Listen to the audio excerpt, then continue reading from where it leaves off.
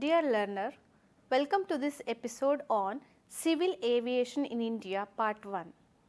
As you know, air transport plays a significant role in the world economy today. Now, air transport in India supports 56.6 million jobs and produces over 2.2 trillion US dollar of the global gross domestic product. Air passenger traffic is also increasing at a healthy rate. The aviation industry's potential in India is massive. The market already caters to about 150 million passengers passing through its many airports with the potential to grow further. By 2020, traffic at airports in India is anticipated to reach 450 million. The aviation industry presently supports about 0.5% of India's GDP. This topic on air travel introduces you to the dynamics of air travel management. In this episode, we are going to learn about history of aviation in India, Ministry of Civil Aviation in India, Directorate General of Civil Aviation, Airports Authority of India and Bureau of Civil Aviation Security and Airport Economic Regulatory Authority. First is history of aviation in India. On 15th October 1932, Tata Sons operated a schedule from Karachi to Colombo via Bombay and Madras. The flight carried no passengers but operated with only postal mail bags. In the year 1933, another air service named Indian National Airways came into operation and it operated the same sector, that is from Karachi to Colombo via Bombay and Madras, and both the companies earned entire revenue from the transportation of mails. During the Second World War, the government was in need of more number of aircrafts and took all men and materials for war purpose to the war front areas by aircrafts. Thus, all aircrafts had come under the control of government. After the Second World War, all these aircrafts were idle. In order to utilize the idle resources, the government of India invited private parties to start air services that gave a big boost to civil aviation sector as a safe, efficient and comfortable means of transport.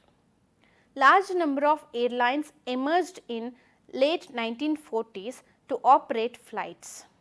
In order to regulate competition in India, Aircraft Act was amended to make it obligatory to license air transport undertaking and prohibiting the operation without license. This act came into force on 1st October 1946.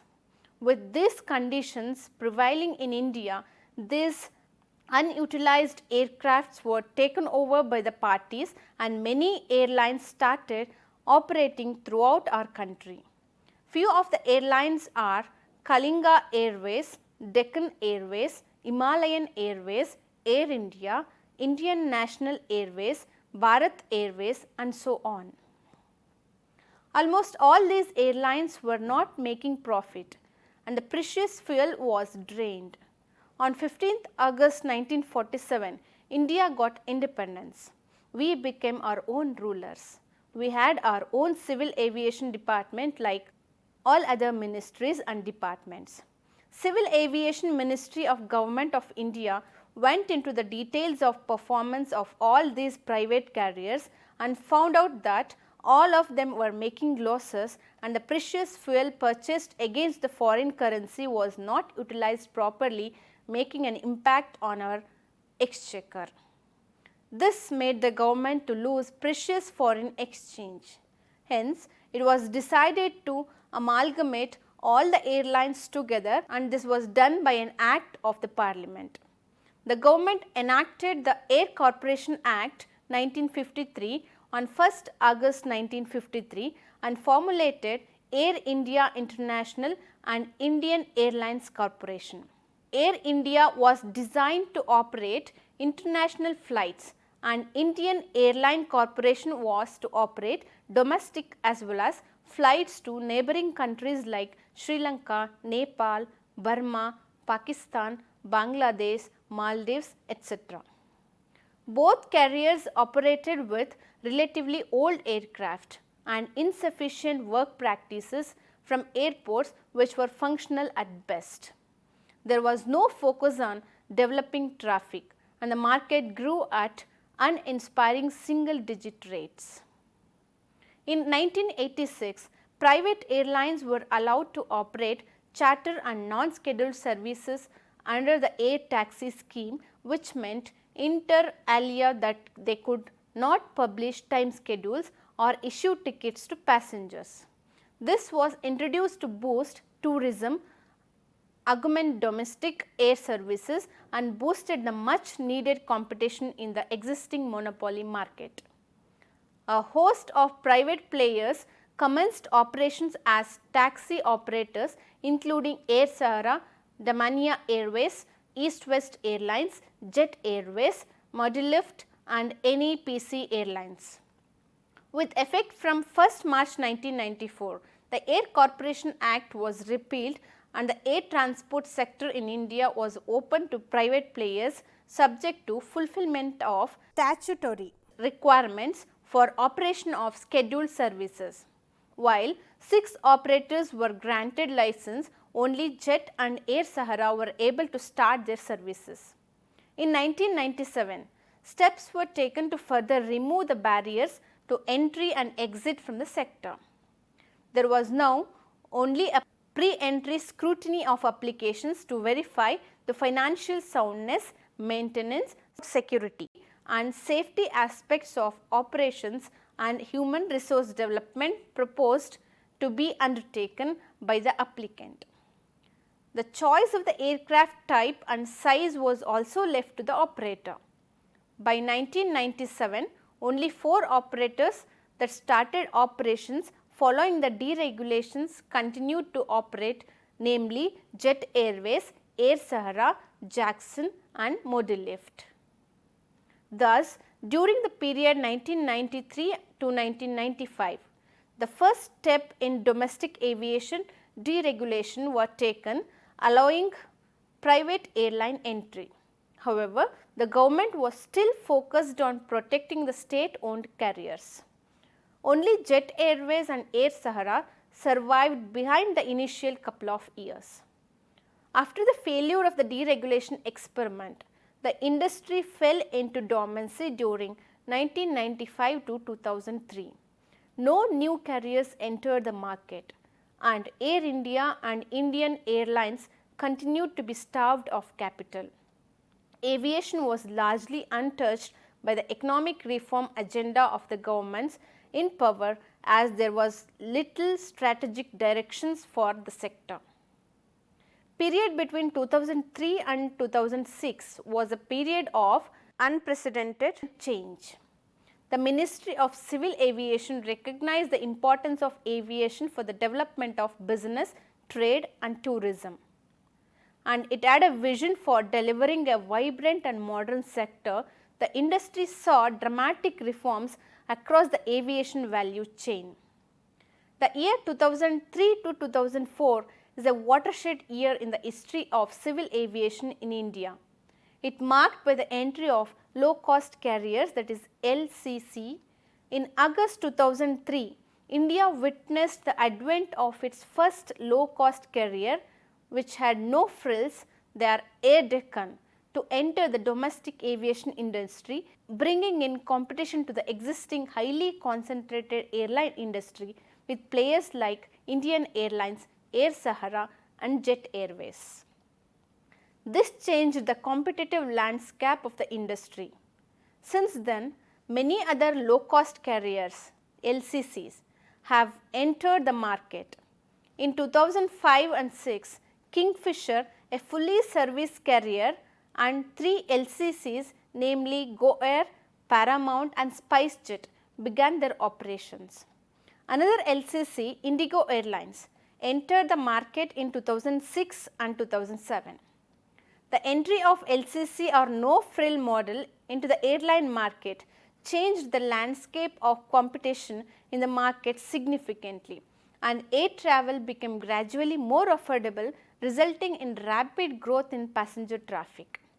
This model brought with it newer pricing strategies such as advance purchase fare that resulted in discounted fares, promotional offers, and introduction of flights to newer destinations.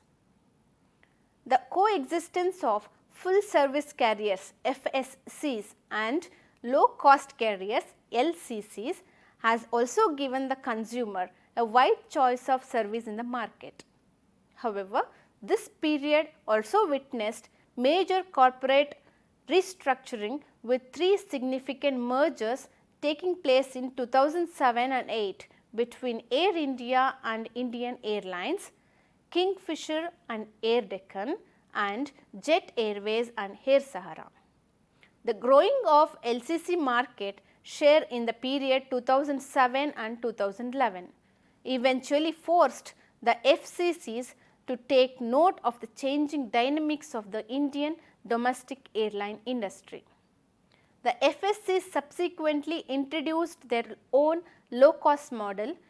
In 2011 and 12, it has been observed that the combined market share of all the LCCs including the low cost arm of the FSC is approximately 70%. Development during this period included domestic open sky policies which saw market entry by several carriers, and the arrival of low cost airline model in India with the launch of Air Deccan and subsequently SpiceJet, Indigo, Go Air, etc. Announcement of the airport modernization plans, placement of orders for 111 new aircraft for Air India and Indian Airlines, liberalization of international sector with some private carriers permitted to operate overseas, greater access for foreign carriers and opening up of international routes for non-metro airports, increased foreign direct investment caps in certain sectors of the industry. Traffic started to accelerate at double digit rates, both domestic and international levels never before seen in India, highlighting a latent demand for travel. Next is regulatory authorities for aviation in India. The Ministry of Civil Aviation in India is responsible for regulation of civil aviation in India. Ministry of Civil Aviation in India. It is a nodal ministry responsible for the formulation of national policies and programs for development and regulation of civil aviation and for devising and implementing schemes for the orderly growth and expansion of civil air transport. Its functions also extends to overseeing airport facilities, air traffic services and carriage of passengers and goods by air. The ministry also administers implementation of the Aircraft Act 1934. Next, composition of the ministry. The ministry is under the charge of a Minister of State for Civil Aviation. The secretary is the head of the ministry and is assisted by one additional secretary and financial advisor.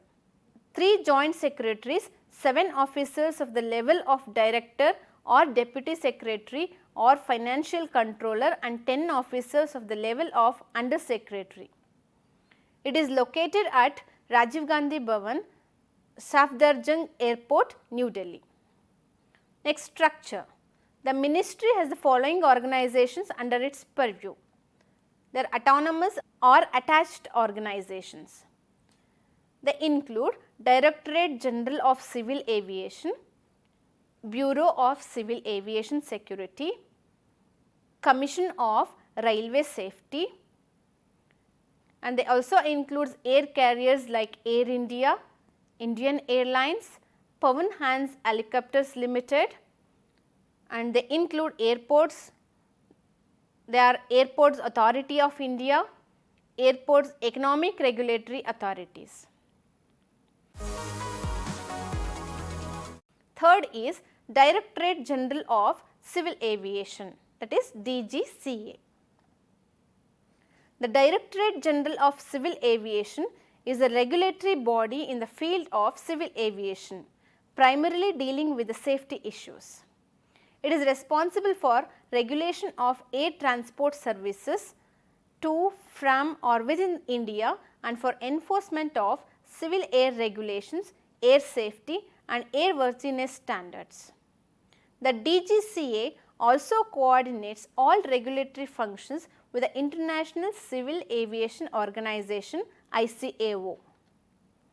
The functions of DGCA are construction, maintenance and management of domestic civil airports, provision of aircraft firefighting services, security and anti-hijacking measures.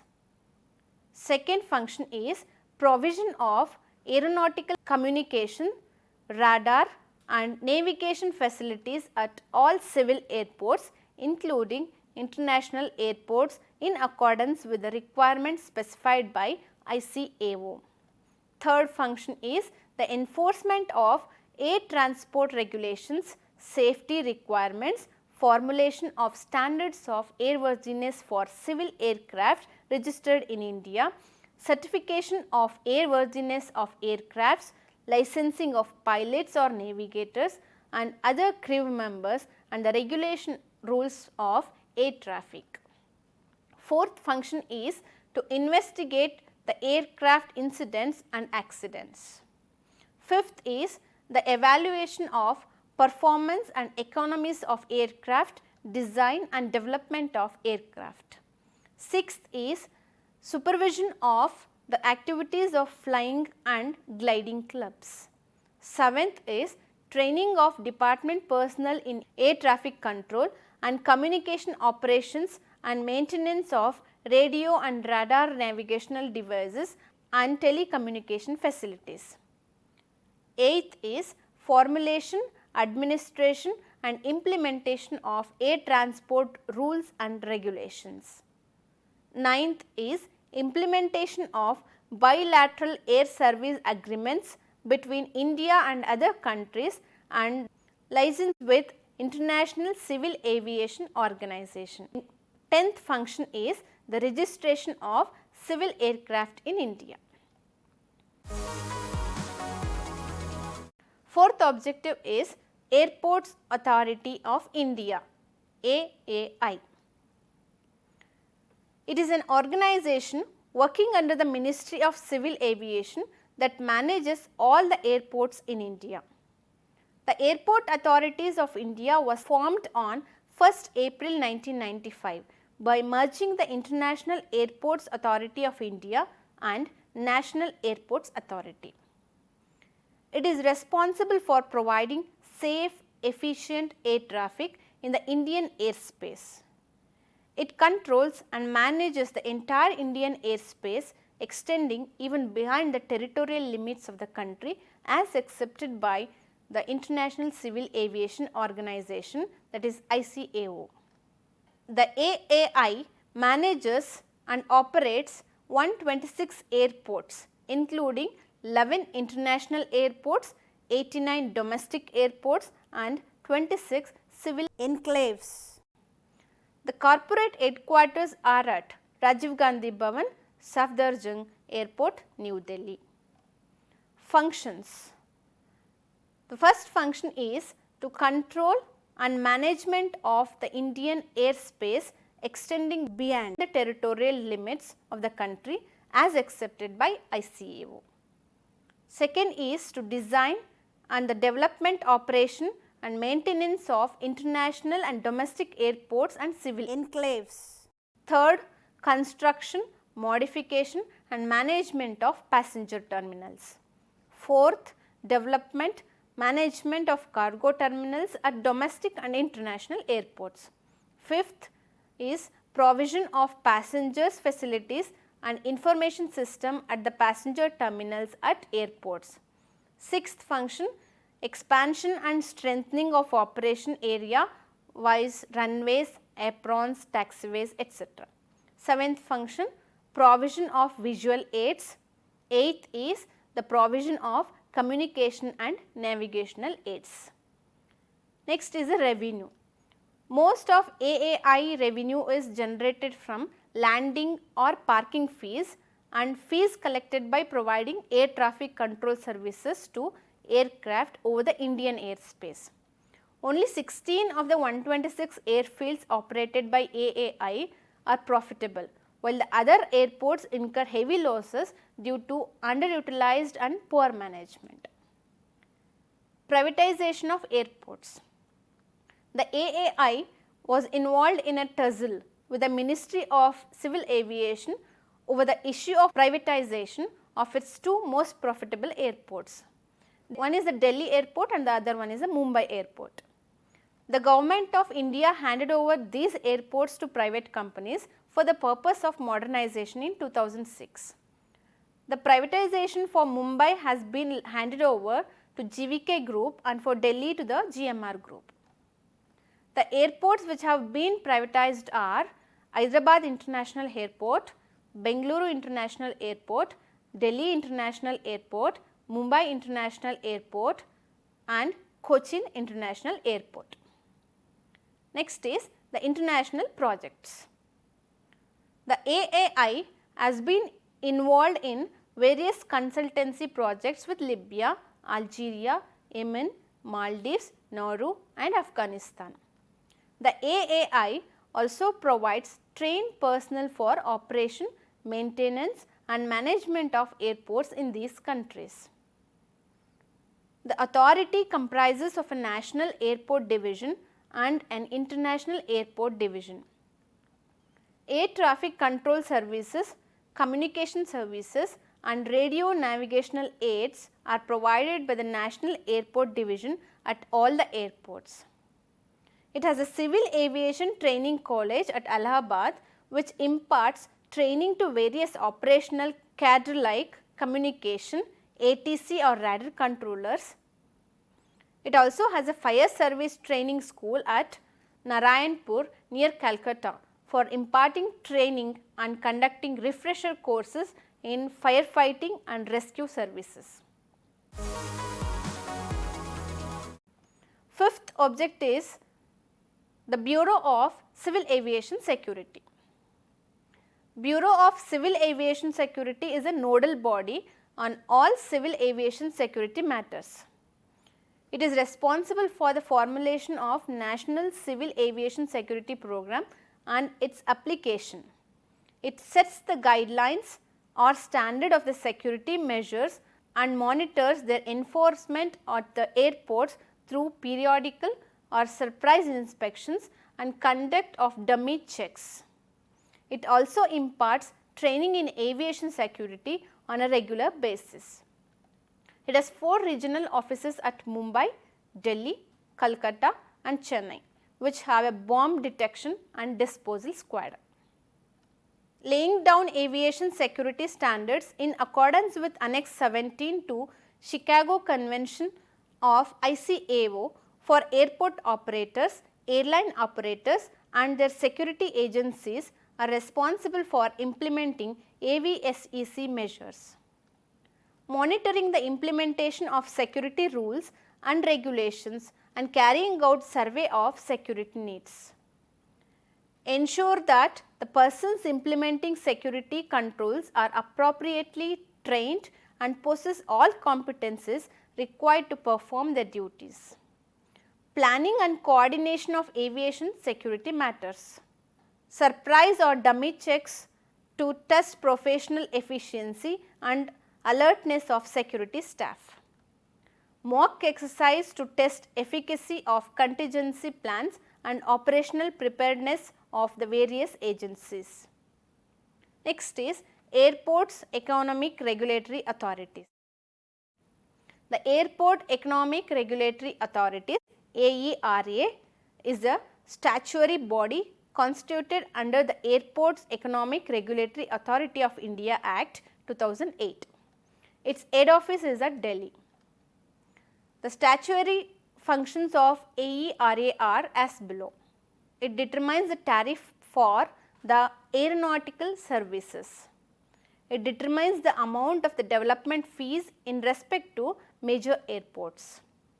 It determines the amount of passenger service fee levied under Rule 88 of the Aircraft Rules 1937 made under the Aircraft Act 1934. It monitors the set of performance standards relating to quality, continuity and reliability of service as may be specified by the central government or any authority authorized by it in this behalf. It helps in recalling such information that may be necessary to determine the tariff under clause. It performs other functions relating to tariff as may be entrusted to it by the central government or as may be necessary to carry out the provisions of this Act. Conclusion. Aviation in India has a long history. Civil aviation sector has been a catalyst for the economic development of the country. However, this sector has not received the due weightage over many years and is mainly considered as an elite group segment. The Ministry of Civil Aviation, India is responsible for the regulation of civil aviation activities in India. The Indian government has recognized the importance of civil aviation sector due to its rapid growth. It has also been estimated that 95% of international arrivals in India are by air. This emphasizes the fact that the aviation sector has a bright future in the country's growth and development in the coming years. Thank you.